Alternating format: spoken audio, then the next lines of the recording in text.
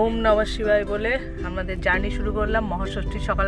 বাইপাসের রাস্তা ওপেন হওয়ার জন্য এই রামেন্দ্র সুন্দর ত্রিবেদী সেতুটা পুরো ফাঁকা মোটামুটি। এরকম ভাবে আমরা এই রাস্তায় কোনোদিন যাইনি ব্রিজের উপরে। আজকে আমাদের সেই আনন্দ, অনেক দিন পর ছুটি পেয়েছি পুজোর, তার সঙ্গে আমরা বেরিয়ে পড়েছি আমাদের যেটা সবচেয়ে প্রিয় জিনিস, ঘুরে বেড়ানো। আমরা বেরিয়ে পড়েছি এখন শিলিগুড়ির উদ্দেশ্যে, নর্থ বেঙ্গলের উদ্দেশ্যে। তো আমরা বহরমপুর থেকে শিলিগুড়ির কারেন্ট রাস্তার অবস্থা কেমন, পুরো রাস্তার ডিটেলসটাই তোমাদেরকে দেখাবো। তোমরা আমাদের সঙ্গে দেখতে থাকো। একদম কটা টোল আছে, টোলে কত টাকা টোল ট্যাক্স কাটছে, পুরোটাই দেখাবো তোমাদেরকে। আমরা এখন সামনে প্রথম টোল প্লাজা শিবপুর টোল প্লাজার কাছে চলে এসেছি। টোল প্লাজায় লোক ঘুমিয়ে গেছে। টোল প্লাজার ছেলেটা ঘুমিয়ে পড়েছিল, হর্ন দেওয়া হলো, প্রথমে সাউন্ড দেয়নি, ঘুমাচ্ছে, আবার দ্বিতীয়বার হর্ন দেওয়াতে উঠলো। সামনে দোতলা বাস যাচ্ছে নর্থ বেঙ্গলের উদ্দেশ্যে। তো রাস্তার কন্ডিশন ভালোই, আমরা সামনে পলসন্ডার দিকে এগিয়ে চলেছি। রাত্রে গাড়ি চালাতে বেশ ভালোই লাগে, রাস্তা যেহেতু ফাঁকা থাকে কোনো টেনশন থাকে না। তবে রাস্তা খারাপও দেখতে পাচ্ছি মাঝে। আমরা চলে এসেছি পলসন্ডার মোড়, ফেমাস পাপ্পু ধাবার পাশ দিয়ে যাচ্ছি। রাস্তার কন্ডিশন খুবই খারাপ, গাড়িতে স্পিড তোলাই যাচ্ছে না একদম। ফারাক্কা পার হলে হয়তো রাস্তাটা ভালো হবে, বাট এখানে রাস্তার কন্ডিশন মোটেও ভালো না। এখন ঘড়িতে বাজে পুরো 4টে, আমরা প্রায় মোড় গ্রামের কাছাকাছি। এখানে রাস্তায় শুধু ড্রয়িং করা আছে, দেখে মনে হবে রাস্তা খুবই সুন্দর, বাট রাস্তায় না বেরোলে আর এই রাস্তায় না আসলে বোঝা যাবে না যে রাস্তার কন্ডিশন কেমন। আমরা প্রায় আইরন ব্রিজের কাছাকাছি, কিন্তু এখন পর্যন্ত রাস্তার কন্ডিশন এতটাই খারাপ যে গাড়ি চালাতে ভীষণ কষ্ট হচ্ছে। আমরা এখন আইরন ব্রিজের উপর দিয়ে যাচ্ছি। আমরা আমাদের জার্নিতে দ্বিতীয় টোল প্লাজায় চলে এসেছি। এখন ঘড়িতে বাজে 4:35, আমরা চাঁদের মোড় টোল প্লাজাতে চলে এসেছি। এখানে টোল কাটবে 70 টাকা। পাকুড় মোড় ছাড়িয়ে সামনে ফারাক্কার দিকে। ঘড়িতে বাজে 4:50, পাকুড় মোড় ক্রস করছি আমরা। তবে আহিরন ব্রিজ পর্যন্ত যে রাস্তাটা খারাপ ছিল, এইখানে আহিরন ব্রিজের পরের তুলনামূলক রাস্তাটা বেটার। ঘড়িতে বাজে 5:05, আমরা ফারাক্কা ব্রিজের কাছাকাছি। পাশ দিয়ে যাচ্ছে ট্রেন। আমরা এখন ফারাক্কা ব্রিজের উপর দিয়ে যাচ্ছি, স্পিড লিমিট 20 কিলোমিটার। ঘড়িতে বাজে 5:15, আমরা ফারাক্কা ব্রিজ ক্রস করলাম। আজকে ভীষণ ভিড় ছিল ফারাক্কা ব্রিজে, ভোরের আলো অল্প অল্প ফুটছে, দারুণ লাগছে। আমরা আমাদের 3 নম্বর টোলে চলে এসেছি, 18 মাইল টোল প্লাজা। এখানে অল টাইম যখনই আসা যায় তখনই ভিড় থাকে, এখনো তাই সেম কন্ডিশন। ঘড়িতে বাজে 5:25, 18 মাইল টোল প্লাজা পার হওয়ার পরে রাস্তার কন্ডিশন এখন অনেক ভালো, গাড়িতে স্পিডও তোলা যাচ্ছে এবং খুব সুষ্ঠুভাবে যাওয়া যাচ্ছে রাস্তায়। আমরা এখন মালদা কালিয়াচকের উপর দিয়ে, এই হলো ভিড় শুরু। তাও বেলাতে যে ভিড় হয় তার তুলনায় অনেক অনেক অনেক কম। এখানে বাদিক দিয়ে গেলে মালদা, আর আমরা মালদা বাইপাসে উঠলাম। এখন ঘড়িতে বাজে 5:45, প্রায় বাজবো করছে। পুরী ভোরের আলো এখনো ফোটেনি, কিন্তু খুব ভালো লাগছে দেখতে। সূর্য ওঠা দেখতে খুবই সুন্দর লাগছে। কেমন লাগছে তোমার সূর্য ওঠা দেখতে? এবার আমরা একটা ছোট্ট টি ব্রেক নেব, কারণ অনেকক্ষণ থেকে গাড়ি চালানো হচ্ছে, রাত্রে ঘুম নাই। এক্সাইটমেন্টে আমাদের ঘুম চলে গিয়েছে, তাহলে আমরা একটু ঘুমিয়েও আসতে পারতাম। তো সেই জন্য আমরা সামনে টি ব্রেকের জন্য জায়গা খুঁজে বেড়াচ্ছি। TRP zone. সূর্য ওঠা দেখতে দেখতে আমাদের গাড়ি সামনের দিকে ছুটে চলেছে। আমরা প্রায় পৌঁছে গেছি আমাদের টি ব্রেকের জায়গায়। এখন পর্যন্ত আসলাম 133.4 কিলোমিটার।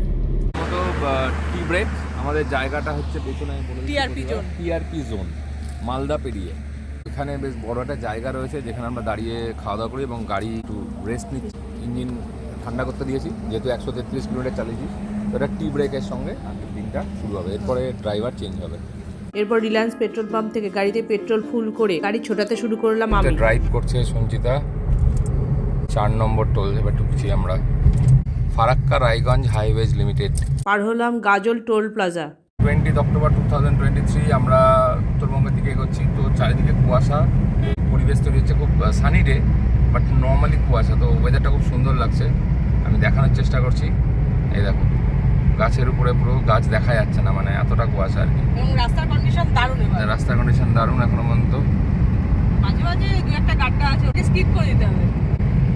এখন ঘড়িতে বাজে 7:40, রায়গঞ্জের বাইপাস এখনো খোলেনি, সামনে বন্ধ দেখতে পাচ্ছি আমরা, ওই জন্য সাইডের রাস্তা দিয়ে যাচ্ছি। আবার এবার ড্রাইভার চেঞ্জ হলো, এতক্ষণ আমি চালাচ্ছিলাম, এবার চালাচ্ছে মিস্টার সন্দীপ।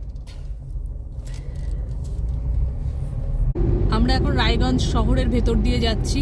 এখানে দেখতেই পাচ্ছি সামনে ভিড় ভালোই আছে, প্রচুর পুজো হয়েছে। রাস্তার অবস্থা দেখো রায়গঞ্জে, মেন সিটিতে। আমরা এখন রায়গঞ্জ কুলিক পাখিরালয়ের কাছাকাছি। উত্তরবঙ্গ যাওয়ার পথে আমাদের এটা 5 নম্বর টোল, বড়াই টোল প্লাজা। 5 নম্বর টোল পার হলাম। বড়াই টোল প্লাজা পার হওয়ার পরে সুন্দর ফাঁকা রাস্তা ধরে গাড়ি তখন ছুটতে শুরু করেছে উত্তরবঙ্গের দিকে। গাড়ি ছুটতে ছুটতে হঠাৎ স্পিড মিটারের দিকে তাকিয়ে দেখি 105 উঠে গিয়েছে। ফাঁকা রাস্তায় গাড়ি ছোটাতে বেশ ভালোই লাগছিল। ছুটির দিনে আমরা বাড়িতে থাকতে ভালোবাসি না, তাই পুজোর এই লম্বা ছুটিতে আমরা বেরিয়ে পড়েছিলাম উত্তরবঙ্গ সফরের জন্য। সেলফ ড্রাইভ করে ঘুরতে যাওয়ার মজাই আলাদা, আর সেই মজা পাওয়ার জন্য ছুটি থাকলেই আমরা বেরিয়ে পড়ি। কেমন লাগছে বাবাই? আমাদের তিনজনেরই জীবনের একটাই লক্ষ্য আর একটাই নেশা, ঘোরা আর ঘুরে বেড়ানো। তাই সময় পেলেই আমরা বেরিয়ে যাই ঘুরতে যাওয়ার জন্য। ঘুরলেই আমাদের মন ফ্রেশ থাকে। আমরা এখন পূর্ণিয়ার মোড়ে চলে এসেছি। এখান থেকে সোজা গিয়ে আমাদের রাইট সাইড নিতে হবে। Turn right. গুগল বোনকে থ্যাংক ইউ জানাচ্ছি আমাদেরকে রাস্তা বলে দেওয়ার জন্য। In 400 meters, take the ramp to National Highway 27. Thank you Google বোন। সামনে আছে রিলায়েন্সের পেট্রোল পাম্প। আমরা গাড়িতে সাধারণত তেল পুরি রিলায়েন্সের পেট্রোল পাম্প থেকেই, যেখানেই পাই সেখানেই পুরে নিই। সবসময় গাড়ির ট্যাঙ্কি ফুল রাখার চেষ্টা করি। তো আমরা কিষানগঞ্জের কাছে ডান দিকে রাজদরবার ফুয়েল স্টেশন, কিন্তু আমরা পূর্ব কিষানগঞ্জ রিলায়েন্স পেট্রোল পাম্পে, এবং ওখানে পেট্রোল পড়ার পর আমরা আমাদের সকালের ব্রেকফাস্টটা করে নেব। বাড়ি থেকে ব্রেকফাস্ট আমি করে নিয়ে এসেছি, এখানেই খাওয়া দাওয়াটা কমপ্লিট করব। ভীষণ খিদেও পেয়েছে আমাদের।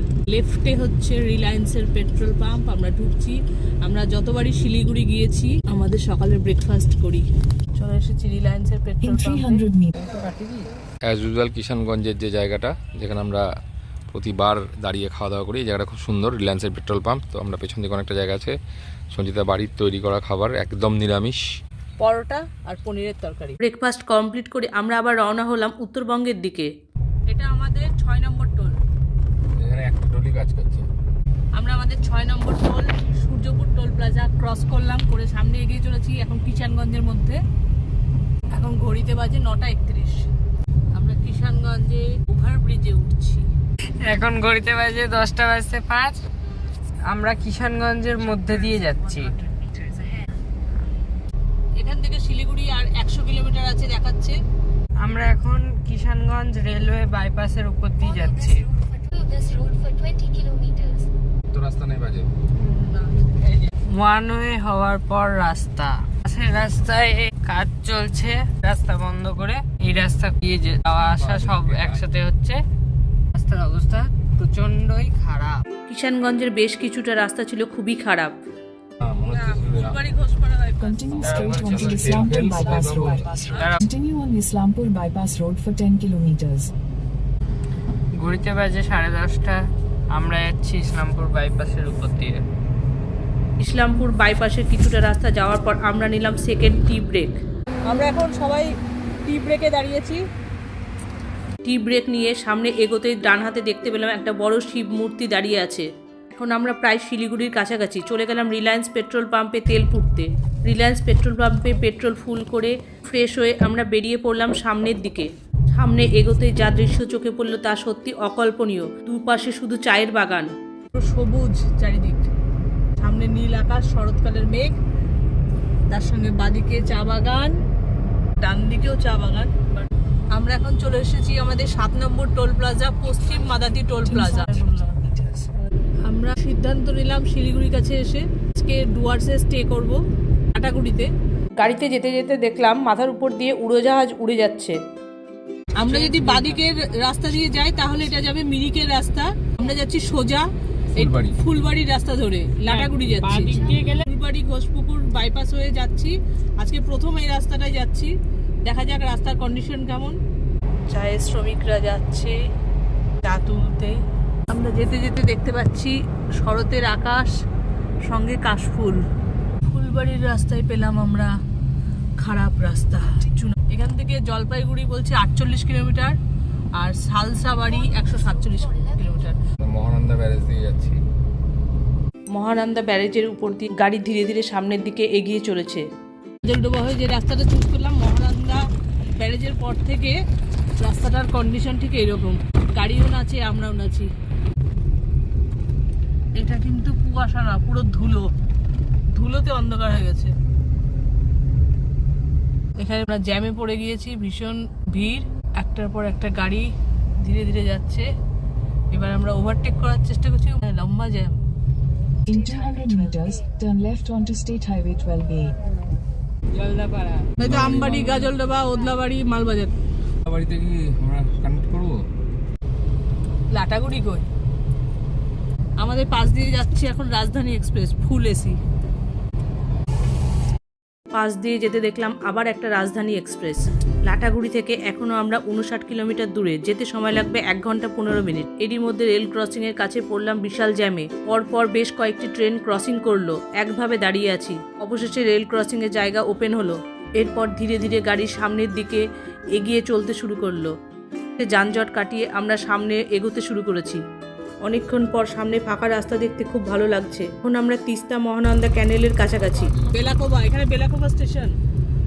বাদিকে তিস্তা মহানন্দা রিভার ক্যানেল, আর ডান দিকে হচ্ছে ঘন জঙ্গল। পুরো জঙ্গলের ভেতর দিয়ে, মাঝখান দিয়ে সুন্দর রাস্তা। এতক্ষণ যে জার্নিটা খুব কষ্টকর হয়ে উঠেছিল, এখন সেটা খুবই সুখকর হয়ে উঠেছে।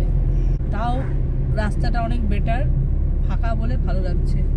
গাড়ি এখন লাটাগুড়ির দিকে ছুটতে শুরু করেছে। তিস্তা ব্যারেজ, হ্যাঁ, সামনে তিস্তা বাঁধের উপর দিয়ে যাবো আমরা, জানি। আবার বলবে বাঁধ বন্ধ, হেঁটে যাও। স্টেশন দেখেছি, কিন্তু কোনোদিন আসিনি। দেখলাম তিস্তার উপর নতুন রাস্তা তৈরি হতে। To stay on Gajoldoba Road. বাদিকে তিস্তা ব্রিজ তৈরি হচ্ছে, তখন আবার এটা দিয়ে বাইপাস রাস্তা হয়ে যাবে। Limit Teesta barrage. আমরা তিস্তা নদীর উপর দিয়ে যাচ্ছি। এখানে স্পিড লিমিট 20 কিলোমিটার বলেই দেওয়া হচ্ছে। গাজলডোবাতে কিছুটা রাস্তা সুন্দর পাওয়ার পরে আবার সেই খারাপ রাস্তাতে পড়লাম আমরা। আমরা গাজলডোবা হয়ে তিস্তা ব্যারেজ হয়ে, এটা তিস্তা ব্যারেজ, ওটা দিয়ে হয়ে নেক্সট এই রাস্তা দিয়ে যাব লাটাগুড়ি। আর আবার রাস্তায় দাঁড়িয়ে একটু খাওয়া দাওয়া করছি, কারণ খুব খিদে পেয়ে গেছিলো। আর বারবার বলছি ষষ্ঠীর নর্মাল খাবার দাবার বাড়ি থেকে আনা, তো সেটাই খাওয়া হচ্ছে। Welcome to. উত্তরবঙ্গে ঢুকে আমাদের মন আরো আনন্দে ভরে উঠেছে। ছাত্রা ব্রিজের মোড় থেকে আমরা ডান দিকে গেলাম। Continue for রাস্তাটা 2 kilometers. অনেকটা ঘুরে, তাই এটা শর্টকাট হবে লাটাগুড়ির রাস্তা, তাই এই Continue on রাস্তা। Canal Road for 6 kilometers. এখন আমরা উঠে পড়েছি ধরালা সেতুর উপরে। লাটাগুড়ি 4.9 কিলোমিটার। দেখতে দেখতে কিছুক্ষণের মধ্যে আমরা লাটাগুড়ি বাজারের মধ্যে পৌঁছে গেলাম। এর আগে লাটাগুড়ি এসেছিলাম চালসার মোড় হয়ে, এবার আমরা ফুলবাড়ি রোড হয়ে উল্টো রাস্তা দিয়ে লাটাগুড়ি ঢুকলাম। আমরা 4-5 মাস আগে এই জঙ্গল সাফারি করে গিয়েছিলাম, মার্চ মাসে এসে আবার এসেছি ওই জায়গাতেই আজকে নাইট স্টে করার জন্য। দেখা যাক তারপরে কোথায় যাচ্ছি, কিভাবে কি প্ল্যান করছি। লাটাগুড়ির জঙ্গল সাফারির আগে আওয়াজ হচ্ছে কিসের? এইখান দিয়ে হাতি বেরোয় যখন তখন। এর আগের বার যখন এসেছিলাম হাতি অ্যাটাক করেছিল, আমরা পেছন থেকে গাড়ি ঘুরিয়ে পালিয়ে গিয়েছিলাম, কিন্তু এখন আমাদের গাড়ি ঘুরিয়ে পালানোর মধ্যে উপায় নেই। Chalsa 17 kilometre, Malbazar 24 kilometre. পুরো ঘন জঙ্গলের ভেতর দিয়ে আমরা যাচ্ছি এখন। ঘন জঙ্গলের মধ্যে গা ছমছমে পরিবেশের মধ্যে দিয়ে আমরা যাচ্ছি লাটাগুড়ি থেকে বাতাবাড়ি অবসর হোমস্টের পথে। আমরা এখন লাটাগুড়ি থেকে কিছুটা সামনে এসে বাতাবাড়ির মোড় থেকে ডান দিকে নিয়ে অবসর হোমস্টের পথে যাচ্ছি। ওই রাস্তাটা ভালো নয়, তবে শান্ত পরিবেশে আর প্রকৃতির কোলাহলে খুবই ভালো লাগছে। কিছুক্ষণের মধ্যে আমরা পৌঁছে গেলাম অবসর হোমস্টের কাছে। আমরা ঢুকে পড়লাম অবসর হোমস্টেতে। অবসর হোমস্টেতে ঢুকে ময়ূরের ডাক আর পাখির আওয়াজ শুনতে শুনতে ও করে নিল গাড়ি পরিষ্কার। তোমরা যদি আমাদের চ্যানেলের নতুন বন্ধু হও তাহলে প্লিজ চ্যানেলটিকে সাবস্ক্রাইব করে পাশে থেকো, আর লাইক করতে ভুলো না কিন্তু।